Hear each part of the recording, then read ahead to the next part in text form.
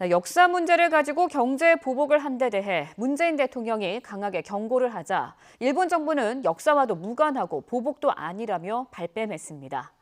우리 수출 제도에 문제가 있다고 생각한다면 함께 검증을 받자는 제안은 거부했습니다. 도쿄에서 황보연 특파원입니다. 일본이 이번에 전례 없이 과거사 문제를 경제 문제와 연계시킨 것은 양국 관계 발전의 역사에 역행하는 대단히 현명하지 못한 처사라는 점을 먼저 지적합니다. 한국에 대한 수출 규제는 징용 배상 판결에 대한 불만에서 비롯됐다는 문재인 대통령의 발언을 겨냥해 일본 정부는 틀린 지적이라고 반박했습니다. 輸出管理を適切に実施する観点から運用を見直すものであって指摘は全く当たらず 역사 문제와 전혀 상관없다는 얘기입니다.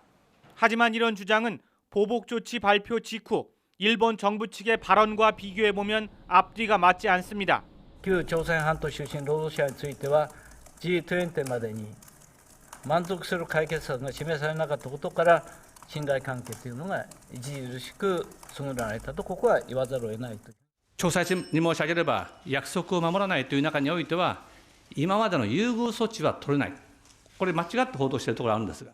오사카 G20 정상회의 폐막 이틀 후 일본 정부가 규제 조치를 발표한 데 대해 당시 스가 장관과 아베 총리가 밝힌 대목입니다.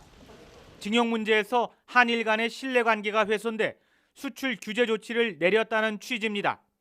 일본 언론도 이번 조치가 징용 문제에서 비롯됐다는 점을 부정하는 곳은 거의 없습니다. 나홀로 징용 문제와 관련 없다고 우기는 일본 정부는 보복 조치가 아니라는 주장도 되풀이했습니다. 対抗措置ではないということも最初から一貫して説明をしてきているわけでありまして 전략물자 수출을 둘러싸고 대북 제재 위반 의혹을 흘리는 데 대해 문 대통령이 중대한 도전으로 규정하자 일본 정부는 그저 안전 보장상의 이유라며 자세한 언급을 피했습니다. 또 일본이 한국 수출 통제에 문제가 있다고 생각한다면 함께 국제기구 검증을 받자는 제안에 대해서는 일본 정부가 알아서 할 일이지 국제기구 검증을 받을 일은 아니라며 거부했습니다. 도쿄에서 YTN 황보연입니다.